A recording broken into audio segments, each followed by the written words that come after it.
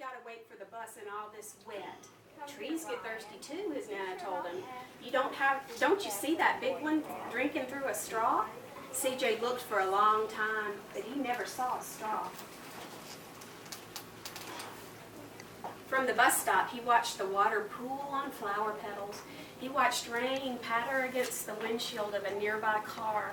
His friend Colby climbed in, gave CJ a wave, and drove off with his dad. Nana, how come we ain't got a car? Boy, what do we need a car for? You got a bus that breathes fire. And old Mr. Dennis, who always has a trick for you. The bus creaked to a stop in front of them, it sighed and snagged, and the doors swung open. What do you think's going to happen?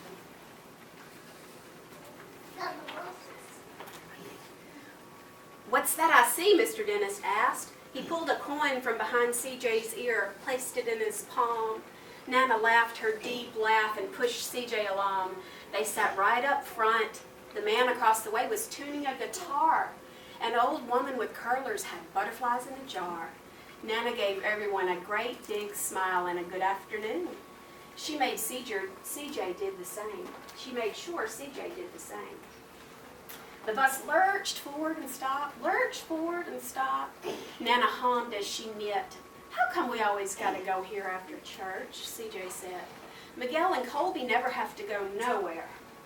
I feel sorry for those boys, she told them. They'll never get a chance to meet Bobo or the sunglass man. And I hear Trixie got herself a brand new hat. CJ stared out the window, feeling sorry for himself. He watched cars zip by on either side, watched a group of boys hop curbs on bikes. A man climbed aboard with a spotted dog. CJ gave up his seat. How come that man can't see? Boy, what do you know about seeing, Nana told him. Some people watch the world with their ears. That's a fact. Their noses, too, said the man, sniffing the air. That's a mighty fine perfume you're wearing today, ma'am. Nana squeezed the man's hand and laughed her deep laugh. Two older boys got on next. CJ watched as they moved on by and stood in back. Sure wish I had one of those, he said. Nana set down her knitting. What for? You've got the real live thing sitting across from you. Why don't you ask the man if he'll play us a song? What do you think's going to happen? Go play a song. You think he's going to play a song? CJ didn't have to. The guitar player was already plucking strings, you're right, to the beginning to sing. To feel the magic of music, whispered the blind man. I like to close my eyes. Nana closed hers too. So did CJ and the spotted dog. And in the darkness, the rhythm lifted CJ out of the bus and out of the busy city.